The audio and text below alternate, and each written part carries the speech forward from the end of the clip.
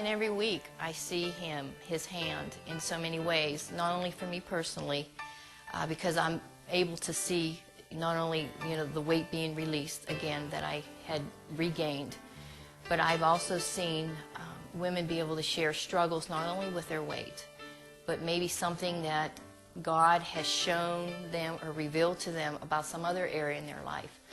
They may come into the group discouraged, they leave encouraged. I see the group bonding in terrific ways. One gal I know especially likes to send notes to the others if she knows they're struggling. Our prayer time is one of my favorite times because we share needs and then we ask each other to pray about those things throughout the week. And then the next week we see God answering them.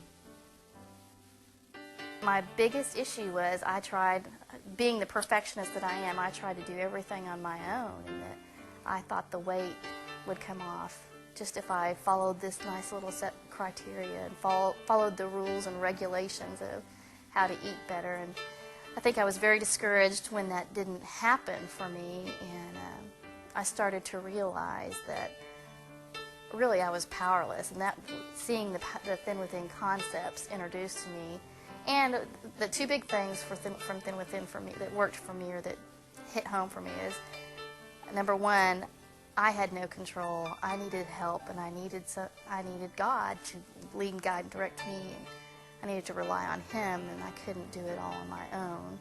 I needed that to lose weight as opposed to trying to be the perfect weight on my own. It's interesting growing up,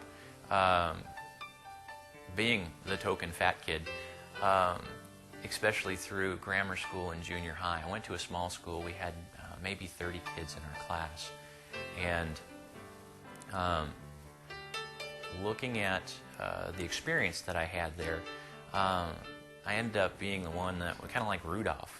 Was never picked for any of the reindeer games. That was me. I was never picked to really be part of the class. And it's really kind of sad too, because I went back and looking at pictures of myself growing up. I was not, by any stretch of the imagination, a very obese child. I just happened to be, when I look at these class photos of all the kids lined up, I happened to be the largest one. And evidently, when you have a group of about 30, you don't need a whole lot to make yourself stand out. And unfortunately, that ended up kind of pushing me outside of the circles of what was cool and hip. And I ended up having all of, I think, from the span of 2nd grade through 8th grade, 3 friends. And instantly and coincidentally enough, they were the shortest kid, the skinniest kid, and then the Christian kid who nobody really wanted to hang out with. And as a result of those friendships and kind of being ostracized from kind of what happens in class, I ended up being very introverted. I focused heavily on school and ended up being number 1, number 2 in my classes every year, just from being focused on trying to be good at something.